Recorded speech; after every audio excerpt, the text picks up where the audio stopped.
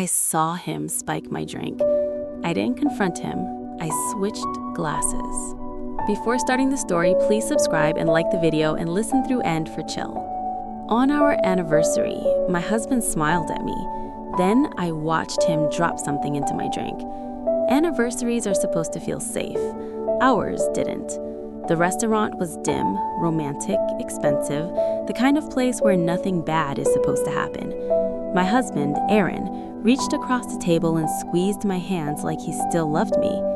10 years, he said softly. I smiled back. Then the waiter poured my wine. Aaron waited until the waiter walked away. That's when I saw it. A tiny movement of his fingers. Something slipped into my glass. Clear, small, silent. My stomach dropped. I didn't move. I didn't breathe. I just watched the liquid swirl. Aaron lifted his glass and smiled at me like nothing had happened. Relax, he said. Tonight is about us. And in that moment, I realized something terrifying. This wasn't an accident. This was planned. I didn't scream. I didn't confront him. Because I knew one thing for sure. If I drank that wine, I wouldn't wake up the same person. I didn't confront my husband. I did something worse. My hands were steady even though my heart wasn't. I smiled, I laughed, I played my role. Because when danger smiles at you, fear gives you away. Then my mother-in-law arrived, late, loud, oblivious. Aaron stopped to hug her. That was my moment. I slid my glass an inch to the right and pulled hers toward me. It took less than a second. When Aaron sat back down, he didn't notice because he wasn't watching the glasses. He was watching me. It's a family, my mother-in-law said, lifting her wine. Aaron raised his glass. So did I. She drank. Nothing happened at first. Then her words slowed, her eyes unfocused. She rubbed her temples and whispered, I don't feel well. That's when Aaron's face changed. Not concern, panic. He grabbed my arm too hard and whispered, What did you do? And that's when I knew. He had never intended to poison his mother. The doctors asked one question that ended my marriage. At the hospital, they ran tests. The substance wasn't deadly, but it was powerful. A sedative, the kind meant to make someone compliant, confused, easy to control. The doctor pulled me aside and asked quietly, was she the one who was supposed to drink it? I didn't hesitate. No, I said. I was. Aaron confessed faster than I expected. Not because he felt guilty, because he was scared. He had debt I didn't know about, a life insurance policy I'd never seen, and he believed something chilling, that I was replaceable, disposable. The only thing he hadn't planned for, that I noticed, that I survived, that his mother sat in my seat. As they took him away, he looked at me and said, You weren't supposed to notice. But I did, and that's why I'm alive. They took Aaron away that night, handcuffed, silent, still staring at me like I'd broken a rule he'd written for my life. But the story didn't end there. That's just where the real one began. What the police didn't see. Aaron confessed to spiking my drink. That much was true, but he didn't confess to everything. Weeks later, while packing his things from the house, I found the laptop he forgot to wipe clean. Hidden behind a folder labeled taxes was a spreadsheet. Dates, amounts, names. Not one insurance policy, 3. All taken out over the last 18 months, all timed around anniversaries, vacations, special nights. Then I noticed something else. Small withdrawals, cash, every few weeks, enough to buy something untraceable. The pattern that made me sick. I pulled old photos from my phone. Dinner dates, weekend trips, family gatherings. Every time Aaron insisted I relax. Every time he poured my drink. Every time he told me I looked tired. My hands started shaking because suddenly I understood something horrifying. This wasn't his first attempt. It was just the first time I noticed. What the doctor quietly told me. I went back to the hospital alone, asked to speak to the same doctor. I showed him the dates, the symptoms I'd brushed off for months. Sudden dizziness, memory gaps, crushing fatigue, emotional numbness. He didn't interrupt me. When I finished, he said carefully, if those substances were administered in small doses over time, he stopped. They could make someone more compliant, confused, easy to control. I felt cold all over because it explained everything. Why I doubted myself, why my instincts had dulled, why leaving felt like impossible. The worst realization. Aaron didn't want me dead. Not at first. He wanted me manageable, a quieter version, a slower version, a wife who wouldn't ask questions or notice money disappearing. The anniversary wasn't the plan. It was the escalation. The mother's silence. His mother never pressed charges. She told the police she must have mixed medications. I confronted her months later. She wouldn't look at me. Do you know, I asked softly, that it was meant for me? She whispered, I suspected. That word broke something in me. Because she hadn't protected me, she'd only been shocked when the danger reached her. The last letter. Aaron wrote to me from jail. Not an apology, an explanation. You were changing. You were getting harder to predict. I needed you calm. I needed control. Control. Like it was a reasonable need. Like I was a system to manage. Here's the part no one expects. I didn't feel relief when he was sentenced.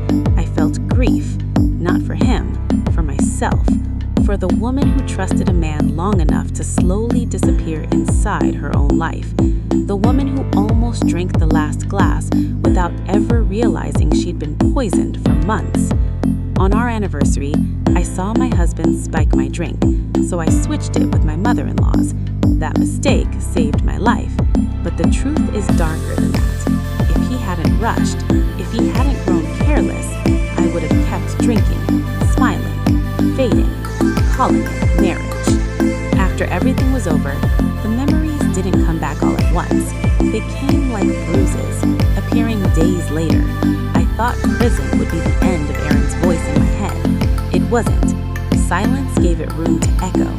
When the house finally belonged to me, I started noticing the gaps. Not dramatic blackouts, but soft missing pieces, like sentences erased from the middle of a page.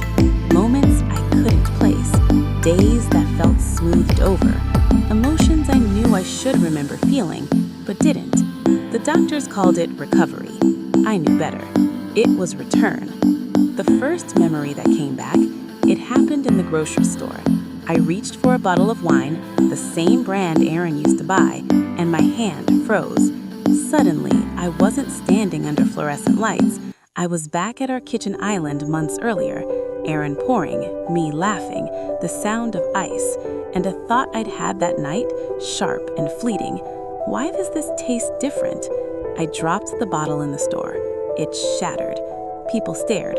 I didn't care, because that was the first time I remembered questioning him and then dismissing myself.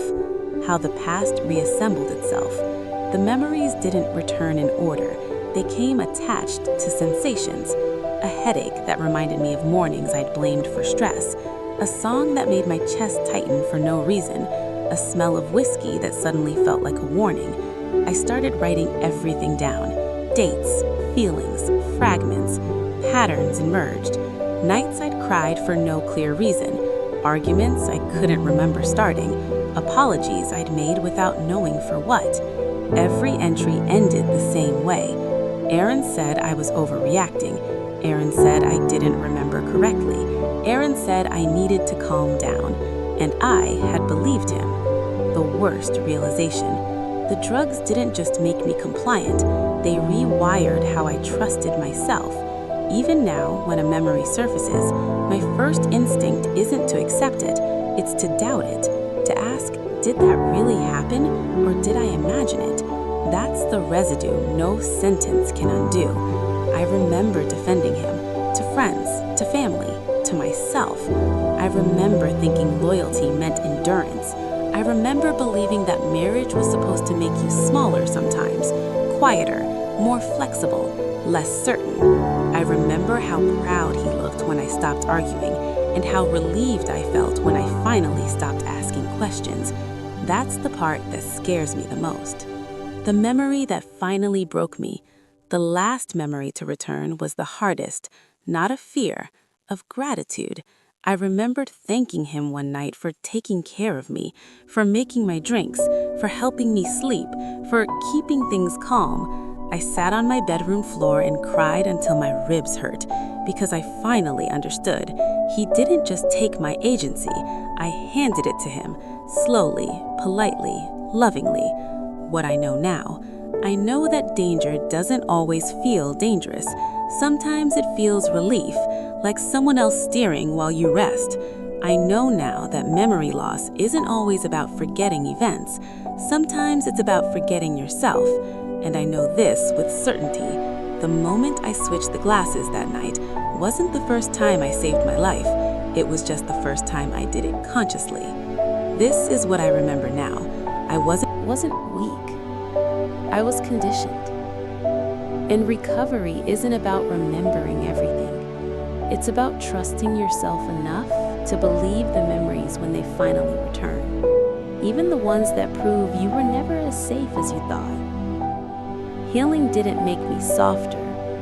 It made me dangerous in a way I'd never been before. There's a version of me that existed before Erin. I'm still looking for her, but I'm no longer trying to return to who I was. I'm becoming someone new, and that scares people. At first, I was afraid of drinks, of dim restaurants, of men who smiled too carefully. Now I'm afraid of something else, how easily I can read people. I notice pauses, micro-expressions, the moment someone tries to redirect a conversation instead of answering. It's not intuition, it's training I never asked for. Trauma sharpens perception the way fire tempers steel. People ask that question like it's polite. Do you miss him? No. I miss the version of myself that didn't scan every room for exits. I miss the woman who trusted calm voices. I miss the ease of not needing proof. But Erin? No. Because I finally understand something brutal. He didn't love me. He managed me. The court case ended. The sentence was handed down. The public story closed. But privately, something irreversible happened. I stopped needing permission, even from myself. I drink when I pour. I sleep when I decide. I leave rooms the moment my body tells me to. And when someone tells me I'm overreacting, I don't argue anymore. I leave. It was subtle. A friend joked, "You've gotten colder." I smiled, because cold is what keeps you alive when warmth is used against you. I'm not cruel. I'm not closed. I'm precise. And that's something Erin never accounted for. The anger didn't disappear. It condensed. I put it into boundaries that don't bend, into silence that doesn't explain, into instincts I don't override. I no longer confuse forgiveness with access. Some people don't deserve closure. They deserve distance. Here's the truth I never say out loud. If I hadn't switched the glasses that night, I don't think I would have died. I think I would have faded. And that fate is worse, because death ends suffering, but fading turns you into an accomplice to your own erasure. I remember how close I came to disappearing politely, how easy it was to thank the person harming me, how long it took to trust my own mind again. And I remember this most clearly. The moment I chose myself, everything else lost its power. This is who I'm becoming now. A woman who doesn't need certainty to act. A woman who doesn't wait for proof to leave. A woman who will never again drink from a glass she didn't pour herself. Because survival taught me something love never did. Pay attention. I thought becoming stronger would bring peace. Instead, it brought vigilance. Strength didn't arrive like sunlight. It arrived like night vision. I see things now that other people don't, not because I'm smarter, but because I've learned what danger looks like when it's pretending to be kindness. The instinct never sleeps.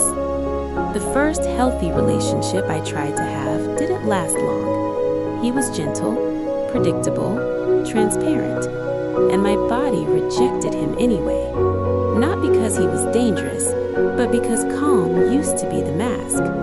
When he poured me a drink without asking, my chest tightened. When he said, "Trust me," my jaw locked. I ended it quietly. He said, "You're still healing." He wasn't wrong, but he wasn't right either. I don't announce boundaries anymore. I enforce them. I don't explain why I leave. I don't soften my no. I don't stay to prove I'm reasonable. People call it guarded. I call it accurate. Because predators don't push against walls. They wait for doors. There's one detail I never told the police. On our anniversary night, before I switched the glasses, Aaron leaned in and whispered, "You always overthink things." At the time, it sounded like reassurance. Now I hear it as training. That sentence had worked on me for years. It almost worked one last time. Aaron has written again. Long letters, reflective tone, carefully chosen words. He wants forgiveness. He wants understanding. He wants his version of the ending. I don't read them, because closure is a luxury for people who weren't systematically erased. I don't owe him peace. I owe myself accuracy. They ask, "Do you feel lucky?" Lucky I noticed. Lucky I survived. Lucky it ended before something worse happened. I never answer, because luck implies randomness. This wasn't random. This was pattern recognition. Learned too late, but not too late. Here's the lie that almost killed me. Love is supposed to feel safe. No. Love is supposed to feel mutual. Safety without agency is just captivity with better lighting. I don't preach. I don't warn. I don't tell people what to look for. I model something quieter. I trust my discomfort. I leave early. I don't apologize for clarity. And when other women watch me do it, I see something change in their faces. Recognition. This story doesn't end with revenge, or forgiveness, or justice neatly wrapped. It ends with something harder. Consistency. Every day I choose myself again. Every day I listen the first time. Every day I remember that survival wasn't my finish line. It was my initiation. I used to think the night I switched the glasses was the most important moment of my life. Now I know the truth. The real danger didn't end that night, but neither did I. And that's the difference. Survival leaves a shadow. Even when the danger's gone, the shape of it remains. People think healing is forward motion. It isn't. It's learning how to live with the afterimage, the way bright trauma leaves a mark even after you close your eyes. I don't relive the night anymore, but I feel it in ordinary moments. A glass set down too carefully, a tone that shifts mid-sentence, a pause that lasts half a second too long. My body reacts before my mind catches up. That's the part no one prepares you for. Crowded restaurants overwhelm me, not because of noise, because of choices. Too many hands, too many drinks, too many variables. I always sit where I can see exits. I always watch reflections in mirrors. I always know where my phone is. This isn't fear, it's calibration. Once you learn how quickly control can be disguised as care, you stop assuming the world is neutral. Trust didn't come back as belief. It came back as observation. I trust people who don't rush my decisions, who don't joke about my discomfort, who don't need access to feel secure. Anyone who presses for closeness too fast triggers something ancient and exact inside me, and I don't override it anymore. That instinct saved my life once. I won't insult it again. There's a cost to clarity. People who benefited from your softness don't survive your precision. Friends faded, conversations thinned, invitations slowed. I became intense, different, harder to read. Good, because the version of me that was easy to read was also easy to manipulate. Sometimes, out of nowhere, a memory surfaces like a splinter, a sentence Aaron said years ago, a look I ignored, a moment I felt small and called it compromise. They don't hurt the way they used to. They clarify. Each one redraws the map of my past, not as a love story gone wrong, but as a gradual narrowing of space. And every time I remember, I feel less shame, because confusion wasn't my failure. It was the environment. Not, is this safe, but am I free to say no here without consequence? If the answer is unclear, I step back. Freedom shouldn't require courage. If it does, something is already wrong. I didn't leave everything. Some softness was lost. Some innocence didn't return. But something else stayed. A quiet, unshakable sense of self that doesn't need to be defended out loud. I don't argue my reality anymore. I live it. This story keeps extending itself, not because it's unfinished, but because I am. There is no final chapter where everything resolves neatly. There is only this. I am here. I am alert. I am mine. And that's enough. Survival didn't give me peace. It gave me vision.